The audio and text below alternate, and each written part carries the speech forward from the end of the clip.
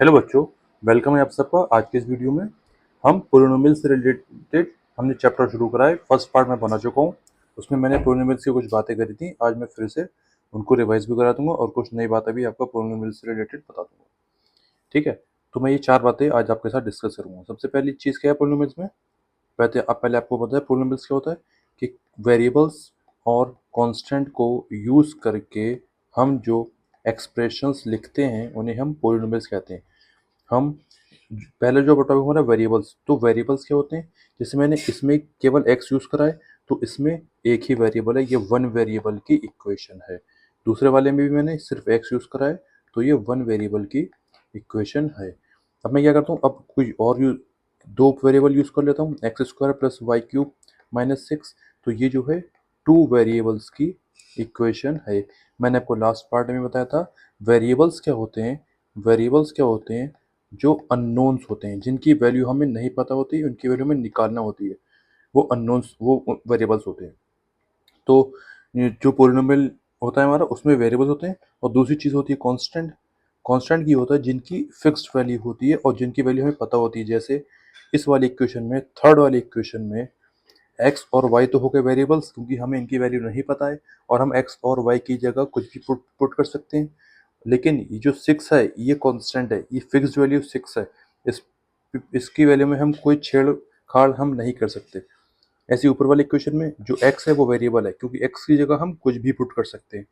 ठीक है, लेकिन 100 जो है वो तो एक कांस्टेंट है, 100 100 ही रहेगा, कुछ भी हो जाए। ठीक है, ऐसे फर्स्ट इक्वेशन में x ये वेरिएबल और ये x वेरिएबल, 4 क्या है कांस्टेंट, और ये जो कोफिशिएंट्स लगे होते हैं ये भी क्या होते हैं, कांस्टेंट्स ही होते हैं। ठीक है, तो अब मैं आपको 3 वेरिएबल की एक इक्वेशन लिख के दिखा देता हूँ। ये जो है आपकी इक्वेशन, जो आपकी 3 वेरिएबल्स की इक्वेशन बन गई है। ठीक है, चलिए आगे बढ़ते हैं। तो हमने वन वेरिएबल की इक्वेशन देख ली कि जिसमें केवल एक वेरिएबल यूज होता हो, चाहे एक्स हो, चाहे वाई हो, चाहे जेड हो, कुछ भी यूज कर सकते हैं हम। और टू वेरिएबल्स की इक्वेशन क्या हो गई, जिसमें दो वेरिएबल यूज हुए। और थ्री वेरिएबल्स की इक्वेशन क्या हो गई, जिसमें तीन वेरिएबल हमारे यूज होते हैं। Is that clear? ठीक है, अच्छा, ऐसा नहीं कि खाली थ्री वेरिएबल्स तक होती है, ऐसे ऐसे भी इक्वेशन हो सकती है। ये देखिए, फोर वेरिएबल्स की मैंने आपको इक्वेशन लिख दी। ये डब्ल्यू एक्स वाई जेड, ये फोर वेरिएबल्स यूज हो गए। मैंने आपको बताया था कि जो हमारे अल्फ़ाबेट्स होते हैं उसमें लास्ट के जो अल्फ़ाबेट्स होते हैं उनको हम वेरिएबल के लिए यूज़ करते हैं, और जो शुरू के अल्फ़ाबेट होते हैं लास्ट के वेरिएबल्स के लिए, और जो स्टार्टिंग के अल्फ़ाबेट्स होते हैं ए बी सी डी, उन्हें हम कॉन्स्टेंट्स को डिनोट करने के लिए यूज़ करते हैं। ठीक है, चलिए, अच्छा एक बात और आप समझते हुए चलिए, ये लीनियर इक्वेशन वाला एक चैप्टर है, उसमें याद आएगा कि किसी भी इक्वेशन में जितने जितने वेरिएबल्स होते हैं, जितने वेरिएबल्स होते हैं, हमें उतनी ही इक्वेशंस चाहिए होती हैं उनकी, उसको सॉल्व कराने के लिए। अगर किसी इक्वेशन में एक वेरिएबल है सिर्फ एक्स, तो हमें सिर्फ एक इक्वेशन से एक्स की वैल्यू निकाल सकते हैं।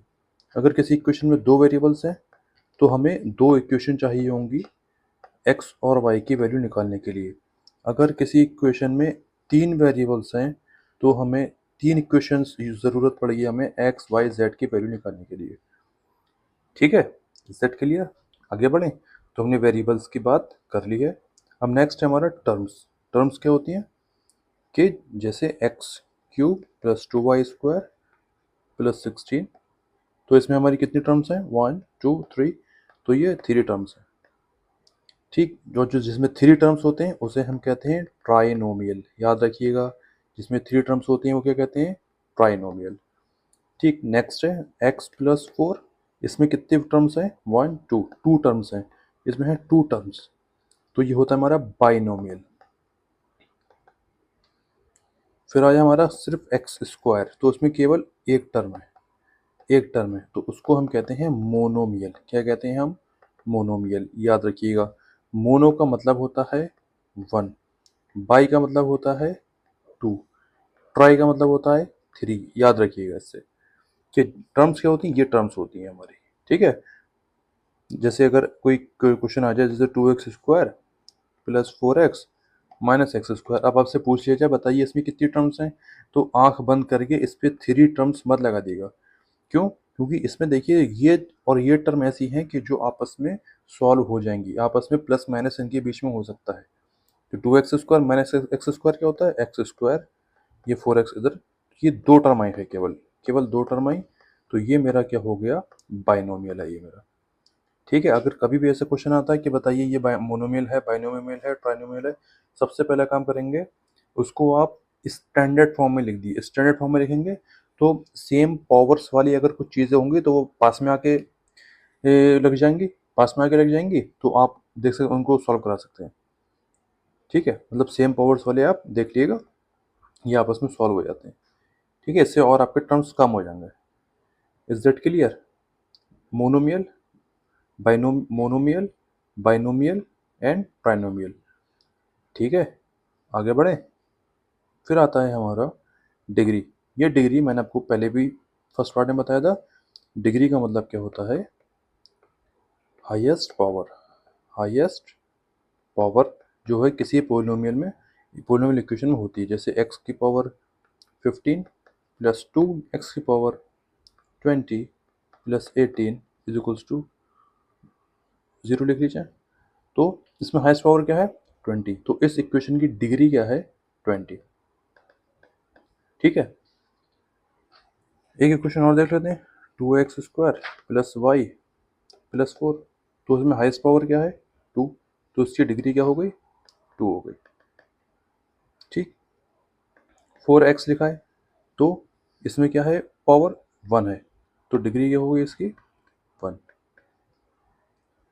अगर लिखा है केवल 8 तो इसमें कोई x नहीं है, तो मतलब x की पावर 0 लिख सकता हूँ मैं, तो उसकी डिग्री क्या हो गई? 0। और इन्हीं डिग्री की बेसिस पे हम इनको कुछ नाम देंगे। जैसे जिसकी डिग्री 0 होगी उसे हम कांस्टेंट भी कहते हैं, और ज़ीरो पोलिनोमियल भी उसको हम कहते हैं। ज़ीरो पोलिनोमियल जिसकी डिग्री 1 होती है उसको हम कहते हैं लीनियर। लीनियर इक्वेशन कह देते हैं उसको, लीनियर इक्वेशन या लीनियर पोलिनोमियल कह दिया आप, कोई दिक्कत नहीं। जिसकी डिग्री 2 होती है उसे हम कहते हैं क्वाड्रेटिक। Quadratic polynomial. कैसा? क्वाड्रेटिक। ठीक, अब एक और, अगर डिग्री किसी की 3 है, जैसे 4x³ प्लस 8 लिखा है, तो डिग्री यहाँ पर क्या है हमारी? 3। तो ये होता है क्यूबिक। क्या होता है? क्यूबिक। ऐसे ही आपका यहाँ पर डिग्री क्या है? यहाँ पर हाईएस्ट पावर क्या है आपकी? 4। तो ये होता है बाई क्वाड्रेटिक। क्या होती है? बाई क्वाड्रेटिक कहते हैं इसको। बस ये 3 आप 4 आपको याद करनी है। 4 के 5 हो गई। जिसकी डिग्री 4 वो बाई क्वाड्रेटिक, जिसकी डिग्री 3 वो क्यूबिक, जिसकी डिग्री 2 वो क्वाड्रेटिक, जिसकी डिग्री 1 वो लीनियर, जिसकी डिग्री 0 वो ये तो कांस्टेंट का ही है या फिर ज़ीरो पॉलिनोमियल का ही है उसको। बात क्लियर है? ठीक है, अच्छा, डिग्री ये भी बताता है, डिग्री एक चीज़ और बताती है, डिग्री ये भी बताती है कि इस पॉलिनोमियल के ज़ीरोज़ कितने हैं। ज़ीरोज़ के बारे में हम नेक्स्ट वीडियो में बात करेंगे जब इसका चैप्टर शुरू हो जाएगा। बस मैं आपको जो है बता दे रहा हूँ कि डिग्री ये भी बताती है कि इसके कितने ज़ीरोज़ होंगे। मतलब जैसे अगर मैं इस इक्वेशन को देखूँ, इस इक्वेशन की डिग्री क्या है? 4। तो इसके ज़ीरोज़ कितने होंगे? 4। क्या मतलब हुआ? मतलब x की 4 वैल्यूज़ जो हैं होंगी, जहाँ पर ये जो पोलिनोमियल है, इस पोलिनोमियल की वैल्यू क्या हो जाएगी? 0 हो जाएगी। ठीक है, इसके बारे में नेक्स्ट वीडियो में हम तफसील से बात करेंगे। ठीक है, नेक्स्ट है हमारा टॉपिक कोएफिशिएंट्स। अब कोएफिशिएंट्स क्या होते हैं? कोएफिशिएंट्स वो होते हैं जो हमारे वेरिएबल्स के साथ मल्टीप्लिकेशन में लगे होते हैं। जैसे 2x square plus 4x minus 6 is equals to 0। तो x स्क्वायर के साथ 2 है तो ये कोएफिशिएंट होगा, यहाँ पर 4 कोएफिशिएंट हो गया। वैसे ही x³ minus x square plus 4 is equals to 0। तो यहाँ पर 1 है, 1 कोएफिशिएंट है, और यहाँ पर जो है, यहाँ पर क्या कौन कोएफिशिएंट है? माइनस का 1 विद साइन आता है, विद साइन। ठीक है, तो यहाँ पर x³ का कोएफिशिएंट क्या है? 1, और एक्स स्क्वायर का कोएफिशिएंट क्या है? माइनस का 1। ठीक है, x³ minus pi by 2x is equals to 0। तो यहाँ पर x³ का कोएफिशिएंट क्या है? 1, और x का कोएफिशिएंट क्या है? माइनस का पाई बाई 2। ठीक, एक क्वेश्चन और देखते हैं, जैसे एक्स की पावर 4 माइनस 2 इक्वल टू 0 लिखा है। अब ये क्या कह रहे हैं, ये कह रहे हैं कि कोफिशिएंट ऑफ एक्स क्यूब बताइए। तो एक्स क्यूब को आपको तो इस इक्वेशन में दिख ही नहीं रहा। तो लेकिन आप एक काम ये ज़रूर कर सकते हैं कि जो हमें पावर नहीं दे रही है तो उसमें हम क्या कर सकते हैं, 0 की मल्टीप्लाई करा के एक्स क्यूब लिख सकते हैं हम इस